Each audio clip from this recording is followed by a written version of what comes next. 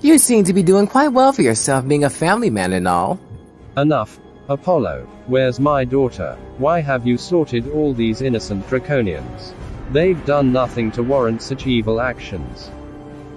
Oh please, their mere existence is an evil action in its own right. The peace treaty should never have been established. You have broken a serious covenant, Apollo. You've released all sorts of depravity upon all those after you. Wow, oh dear, covenant schmugging it. I'm not afraid of some lame superstition. I'm just correcting the mistakes Father made. Enough. Where is my daughter, Luna? Well, if it isn't the Queen of Shadows herself gracing us with her presence today, I must say this is quite the honor. Stop dodging our questions, and answer them already. Why, we killed her, and not just her, but also smashed all the remaining draconian eggs in the nesting grounds as well. I say, the less hell spawns, the better. What an evil, monstrous thing to do. Apollo, this is a new low, even for you. You'll never get away with this. Oh, I believe I already have. In fact, I'll return home a hero after we strip this land of all its gold and resources. Don't worry, I'll be sure to share some of the winnings with you if you agree to abandon Lilith and return to Eldora. Also, I assume that if you're here then you must have already dealt with Rasputin.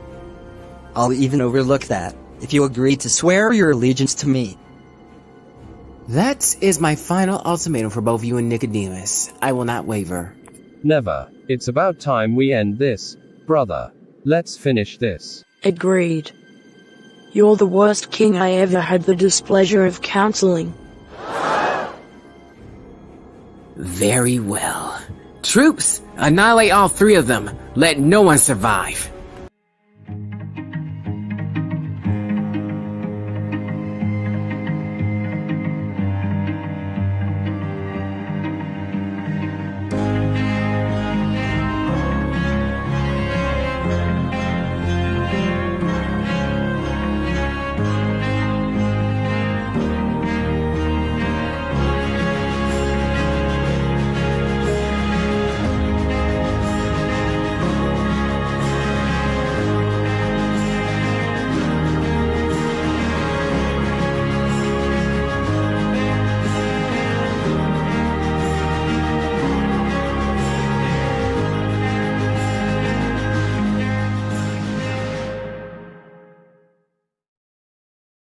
And so Eios used his warping powers to take Apollo far away to confront him personally as the onslaught against Eldora and Draconasia continued.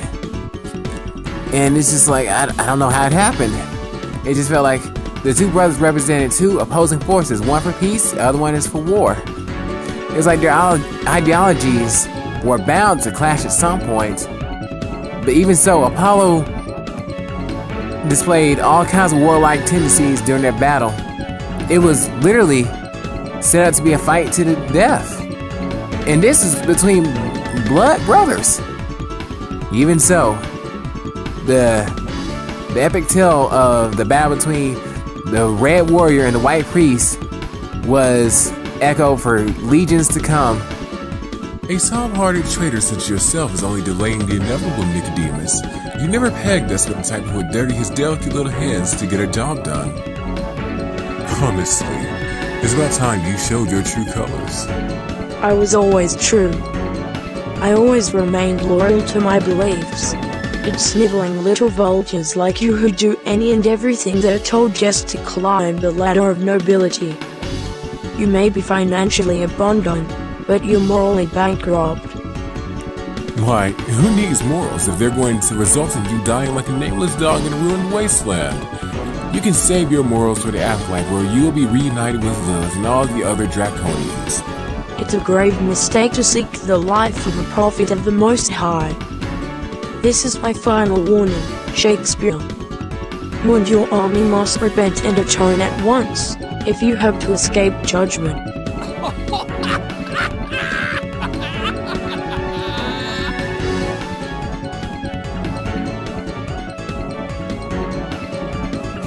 My word, Nicodemus, I had no idea you were such a great comedian as well.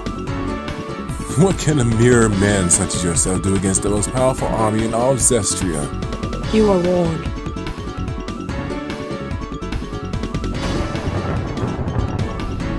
Wait, what's going on? It's too late. Judgment has come. This man's a deranged demon. Soldiers, slay him at once. And so the soldiers wasted no time charging at the lone prophet Nicodemus. This felt so one-sided just looking at these legions of numbers. But don't get it twisted. Nicodemus used his powers, his divine powers, to open up a raging gulf to the center of the earth, where the army completely perished. Shakespeare, along with all the generals, were all plunged into a bottomless pit of flame and fires, like just non-stop searing heat that scorched them. Meanwhile, as this phenomenon was taking place, Leda wasted no time rushing to her husband's side as he confronted Apollo.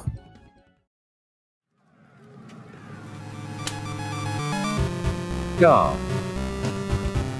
Why bother resisting, brother? You and I both know that battle isn't your style. This is such an unsightly struggle, even for you. I can't. Not until you surrender and atone.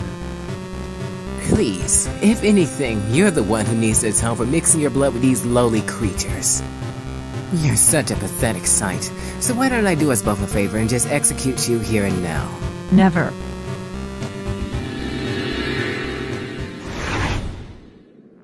What's going on? Why can't I move? Enough. You've done absolutely too much damage to be let off without any repercussions. It all ends here in a place where no one can save you. You devil witch, release me from your binding clutches. Even now, you still have the gall to shout insults.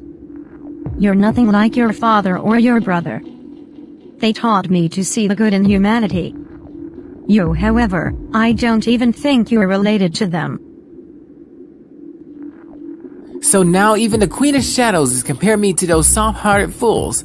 I'm the king Eldora always needed, not my father and certainly not my brother. It should have always been my role to get the respect they always garnered. No, your actions today have shown us that you're unworthy of anyone's respect. The bottomless darkness in your heart confirms that fact. Wait, what do you plan to do with me? I'm putting an end to things now before your darkness spreads like a wildfire. You'll pay for taking the lives of my daughter, Seraphina, and all of the other inhabitants of Draconesia. This was a holy crusade. Things shouldn't have turned out like this. Sorry. But, not even you believe your own words. There was nothing holy about this. Nothing whatsoever. You just wanted to release your pent-up jealousy, envy, greed and pride against your brother and Draconesia. It's evil human beings like you that make this world a terrible place to live in. Now, see for yourself the consequences of provoking this so-called Queen of Shadows. No, wait, please!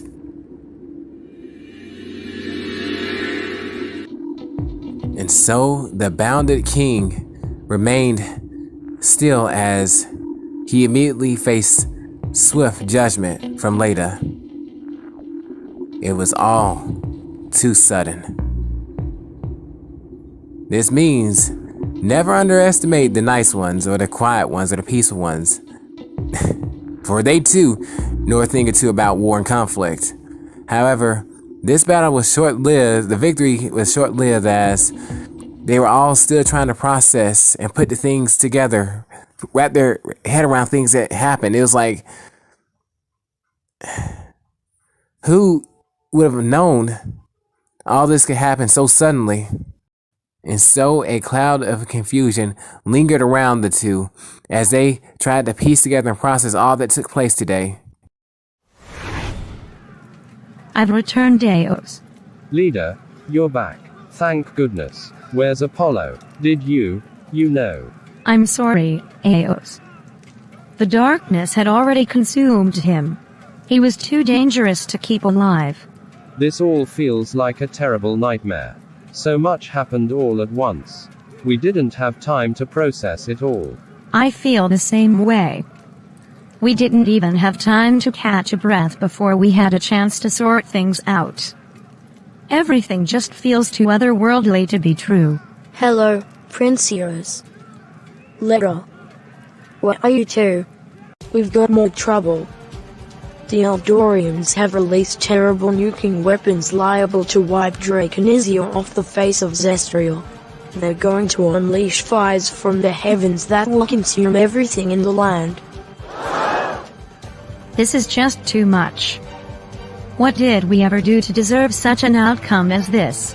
They've already taken everything of value from us. What's the point of even engulfing this place in flames? This failsafe was to only activate if Apollo was slain in battle. If he couldn't rule this place, then it should perish along with him. Even in death, you're vile, Apollo. Please, sire. I know you both didn't even get the time to mourn your losses.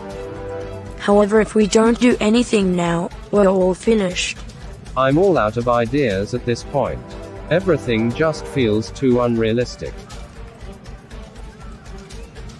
I have an idea.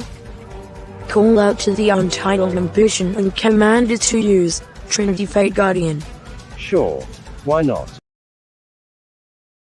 Okay, why does this remind me of something a royal noble did to the heroes a while back? But anyways, magic was put in place to ensure that if the king fell in battle, he was gonna cause the entirety of Draconasia to perish alongside him, which is kind of like a low blow if I do say so myself. But anyways, the three held their hands together, called out to the untitled ambition, and used its power to warp themselves into far away to safety, to get them far away from the blast. And quite a blast it was. I mean, just look at that. If that wasn't enough, take a look overhead on how it looks. Yeah, that's what I'm talking about. That's what they're being saved from. Oh boy, that was a close one.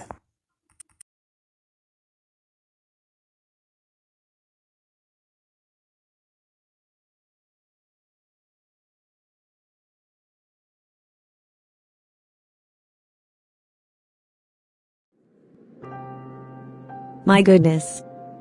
What's happened to you? Are you lost? This place hasn't exactly been the safest ever since the king's sudden passing. That's quite unfortunate. How's the rest of the king's family taking the news? His son, Adrian, has assumed the throne. His first order was to put out a national manhunt on the banished Prince Eios, the Shadow Queen, Lilith, and the heretical prophet, Nicodemus. Anonymous sources linked those three individuals to the king's demise. But if you ask me, he should have set the manhunt aside for now and instead focus on ruling Eldora. So, that's the reason why this place looks like an utter disaster. Well, mercenaries, bounty hunters and assassins are searching far and wide for both Eios and Nicodemus. The promised 5,000 gold pieces and guaranteed noble status is quite the promising reward. They're a bunch of scavenging hyenas if you ask me. Willing to kill just to climb the hierarchy. The morality of people is rather questionable. I see. I apologize for my rambling. I went on about the anarchy of Eldora without introducing myself. I'm the Countess of this shelter, Jasmine. It's nice to meet you. Why, thank you, Jasmine. I believe my name is Hamp. I really wish I could tell you more about myself, but ever since I regained consciousness, my memories are all over the place. Goodness, are you perhaps a survivor of the previous war? According to the reports, many Eldorian soldiers perished in Draconesia. It was a great tragedy. That really sounds plausible. When did the war take place? Let's see. I believe it was about 2 months ago. Jasmine, I believe I might be a survivor. That's when I regained consciousness. I believe there was a massive explosion, then everything went blank.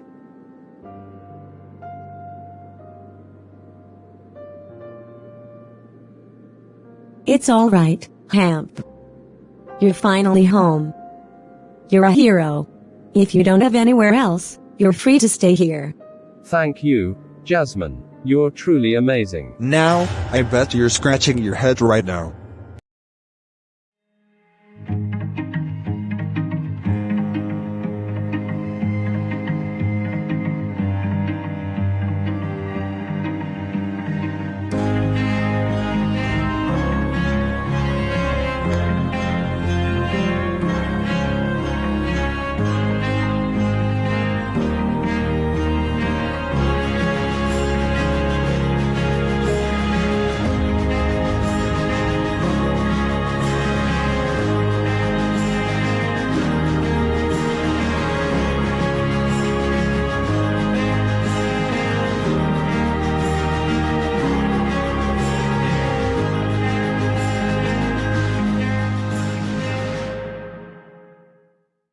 I'm sorry, Mr. Hernandez.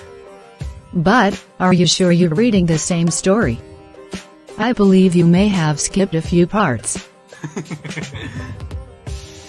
I can assure you, Miss Green. This is exactly how the story goes. I suppose you're right to demand an explanation for this sudden outcome. So, let's backtrack to what happened after the Untitled ambition saved the three from Eldor's attack.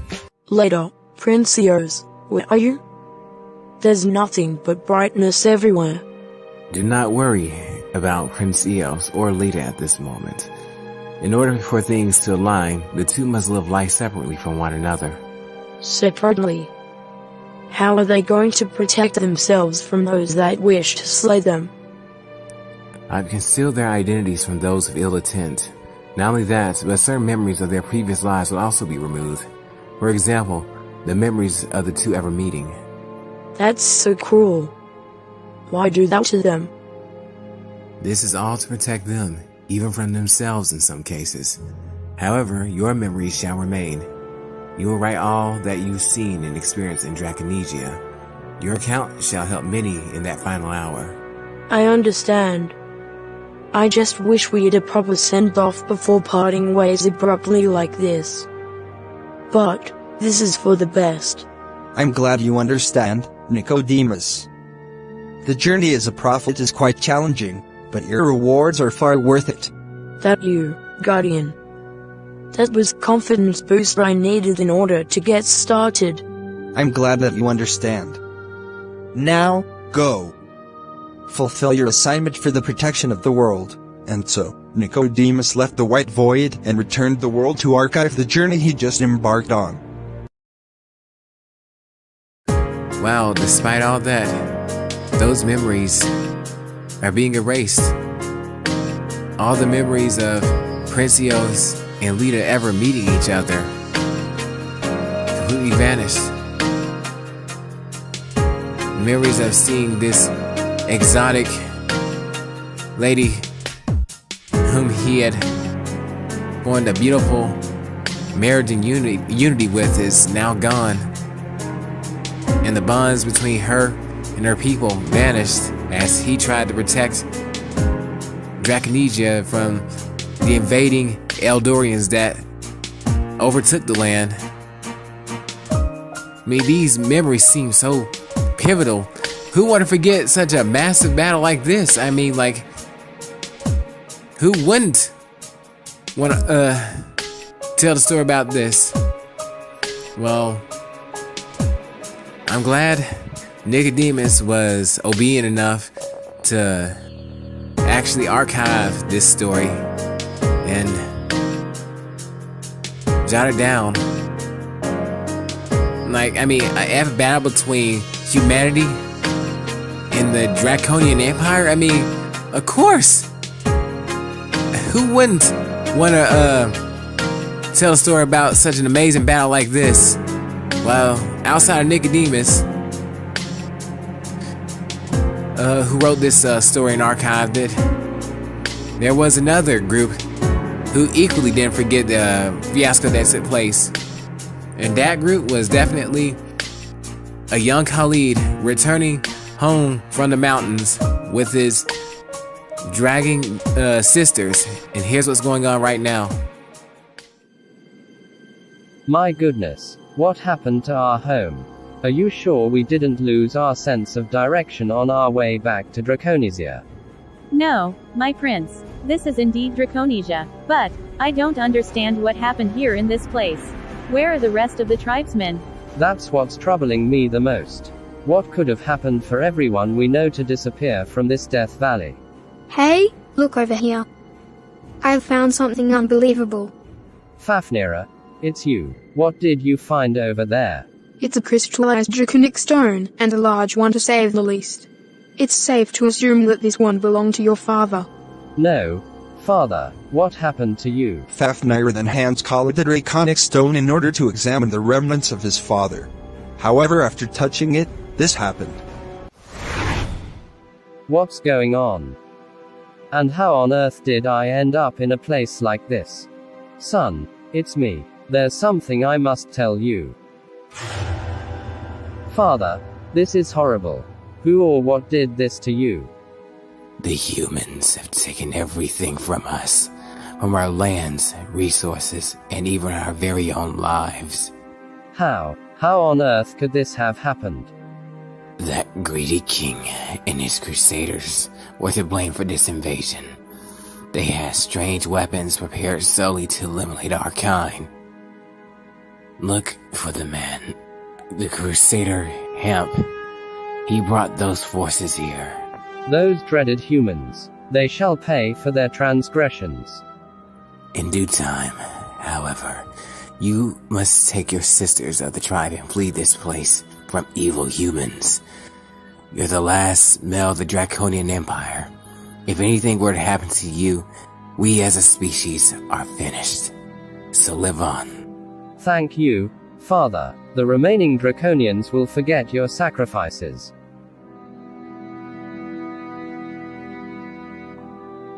And so, Khalid returned from that dark void, with complete new insights on the matter at hand. Wait, is that Ignacia? Please, don't hurt me. Just let me go. Looks like we got ourselves a little survivor, sire. I must say, for a dragon girl, this one's pretty easy on the eyes. Indeed, she'd make a very exotic pet to showcase into this new land, Avalon. Avalon? What are you talking about? This is Draconesia. My father is king of these lands. Oh, you silly girl. Both of our fathers are gone. Now, it's only the survival of the fittest. This land here is the perfect spot to rebuild Eldora from scratch and turn this massive graveyard into a land of progress. The country, Avalon, it has a nice ring, doesn't it? No, that's terrible. This land is not yours to claim and rename. Here in Draconesia, if a man seeks to claim territories, he must defeat or slay the current leader in battle.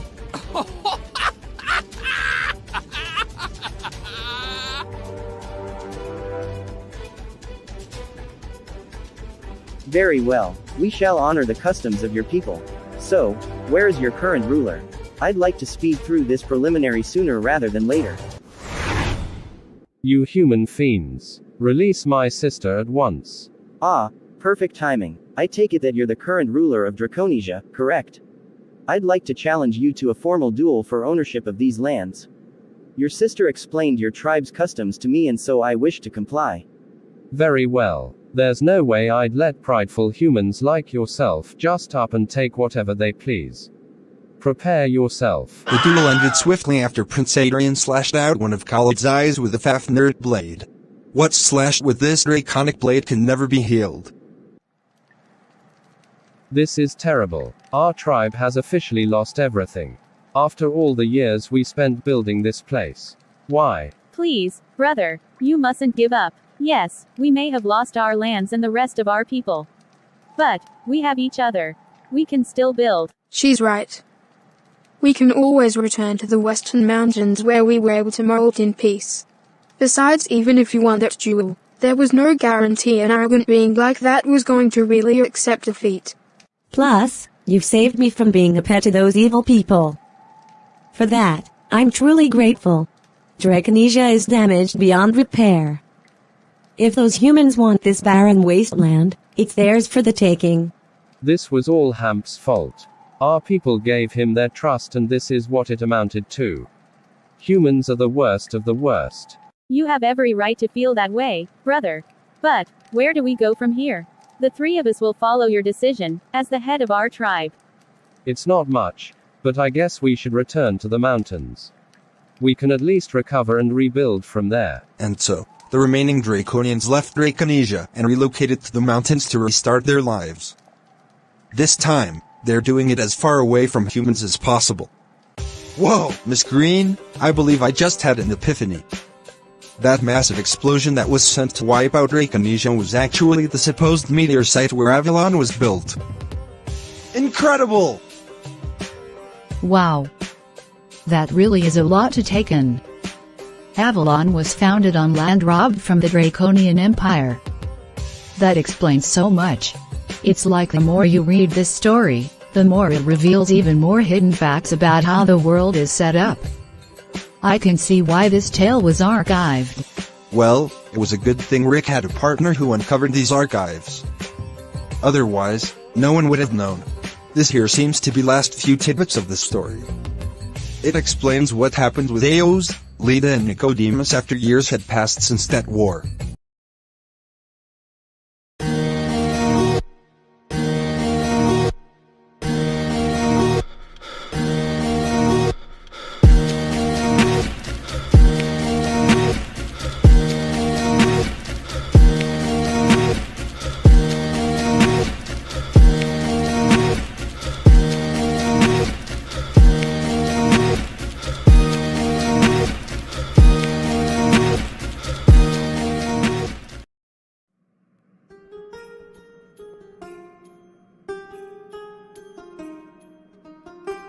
Dear, this is so amazing. Ever since you came along, it's like the lands of Eldora have been restored from the famine that plagued this region. In fact, one could argue that the people's quality of life has significantly increased ever since those greedy nobles emigrated from these lands and relocated to Avalon.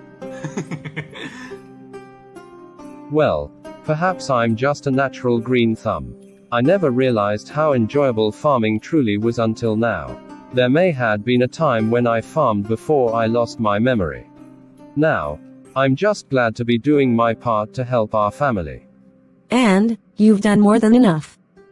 Seasons came and went, but you've continued to work beside us and help us slowly regain what was lost since that king had passed.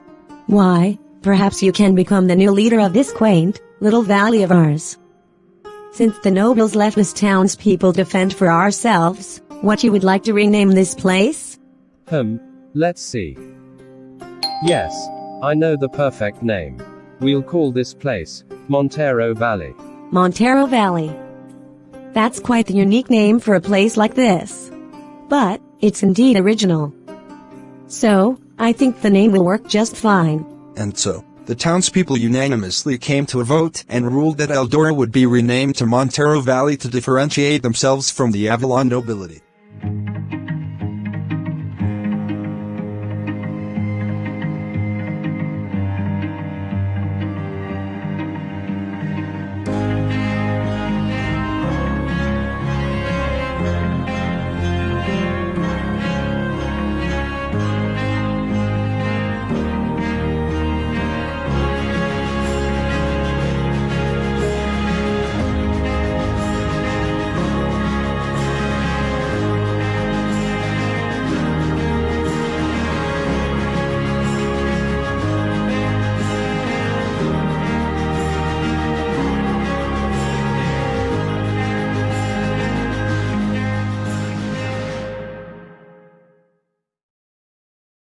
And so, Montero Valley became a very prosperous nation thanks to the agricultural success that was brought about by Prince Eos's skills, or so we say Hemp's skills.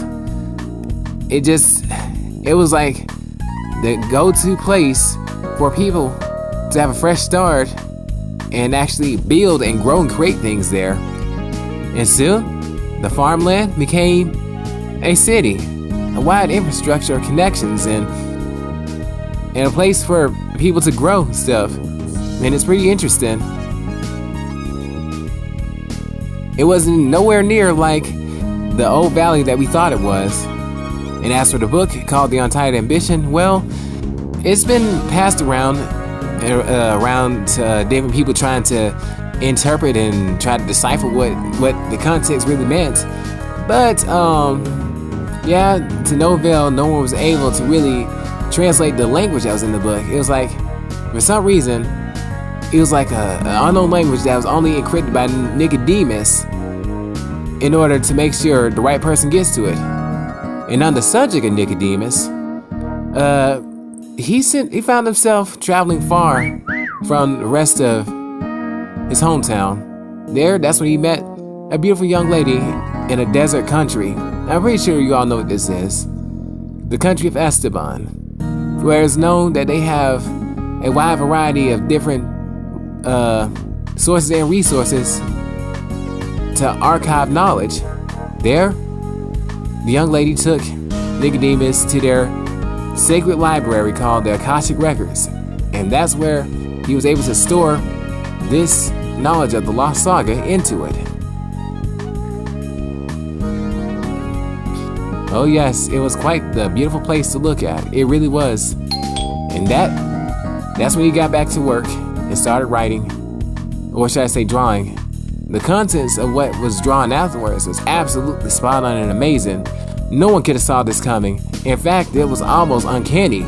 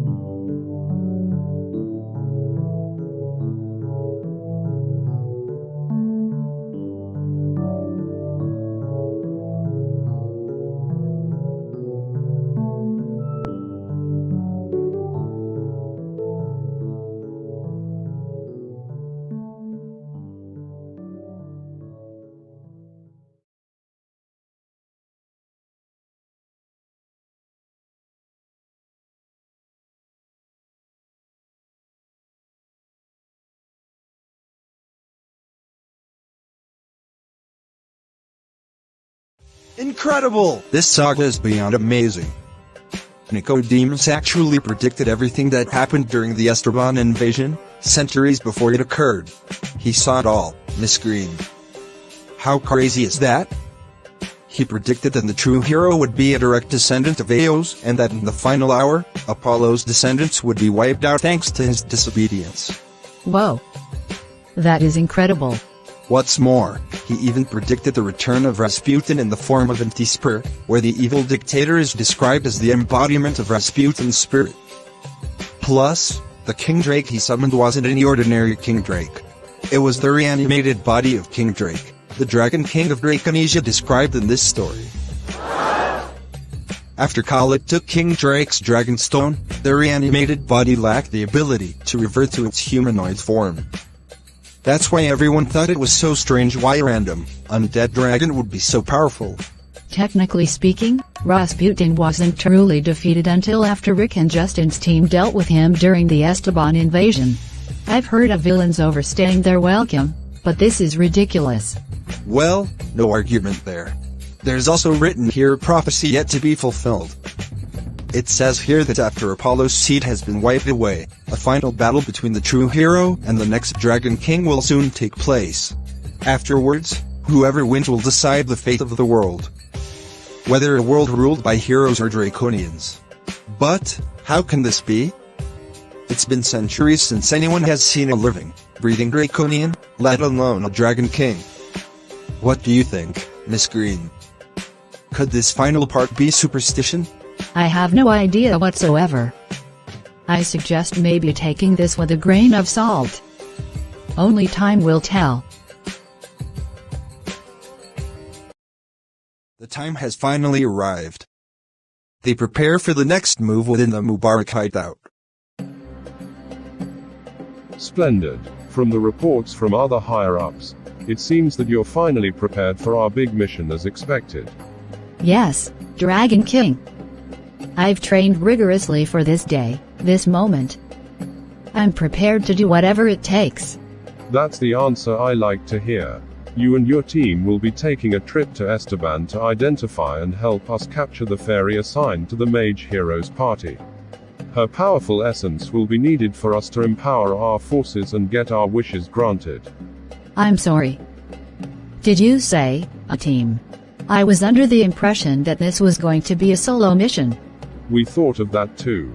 However, according to our sources, Esteban forces are far more numerous now than in years prior. Plus, their heroes have gained some experience. They're not amateurs anymore. We must proceed with caution. Very well. Who and what team is joining me in Esteban? These will be joining you.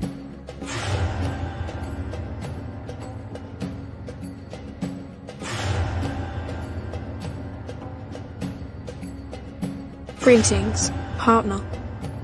I apologize, sir. But, I've been here for quite some time, and I've never seen these individuals here before in my life. They were so fast. I didn't even notice their presence. Of course, you didn't.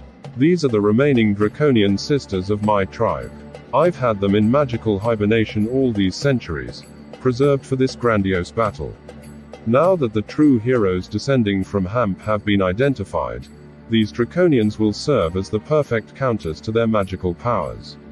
Now is the time to wipe the heroes' blood from the face of Zestria. Then at long last, this world will fall under Draconian rule. I apologize for my outburst. Overall, there's been a lot of preparation for this day and we need your expertise to aid our cause in this pivotal time. Yes, sire. It shall be done. With all this talk about preparations going on and whatnot, one can't help but wonder, what exactly are Rick and Gemma doing after all this time? Oh, we're in the mountains. Oh, well, I guess we're about to find out then. Goodness, the mountains we had to climb just to get this fastener right is absurd. Gamma, please tell me this is enough to forge weapons with. According to this amount, it's only enough to make a select few weapons like a sword or spear. What about bullets? We should have more than enough to make bullets, right? Yes, we have more than enough to produce a few rounds of bullets. These should be enough to take any Draconian attempting to invade Esteban. However, I'm rather curious. Why are we trying to find equipment for an enemy that hasn't been seen for centuries? Well, you weren't there, Gamma, but there was an enemy back during the Avalon Games that warned my comrades about the King of Dragons. He's alive and well. This means we have to work extra hard to ensure that we stand a chance against such a powerful threat. I see. Well, in that case, we've secured more than enough to slay one Draconian. I sure hope it's just one draconian. Otherwise, I wouldn't know how we could deal with multiple or even an army of those creatures. You worry too much, Rick. Don't stress out, we got this. If only that was the case. If only.